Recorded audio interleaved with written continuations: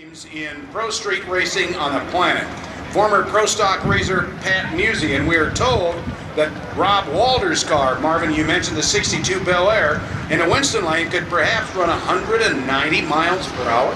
Yes, it could. He's got one of the top engine builders in the country behind him.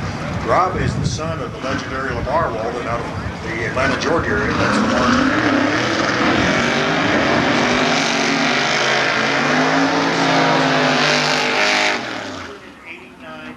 99 mile an hour. He made 4 passes above 185. This is the car that is very capable of running over 190, along with the 5/8 scale 62 Chevrolet. Now this car in Atlanta last week ran 753 on an exhibition pass. I don't remember the exact mile an hour, but it was around 188 miles an hour. So that 190 mark could be broken right here on this run. Well, I'll tell you, the track is ready for it. These guys at Virginia Motorsports Park have just done a marvelous job of preparing the course this afternoon, and I think the result is being told in the numbers we're seeing on the computer here.